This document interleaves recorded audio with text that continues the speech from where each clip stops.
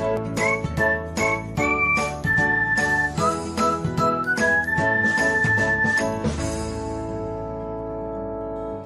everyone, welcome back to another episode of Technologyglance. Today, in this video, I am going to guide you through how you can show server channel messages on Discord. So, let's get started. Firstly, open Discord app in your device, then tap on settings icon, next tap on privacy and safety. Then you can see the option of server channel messages. Tap on it. After that, you can see the option of show. Tap on it.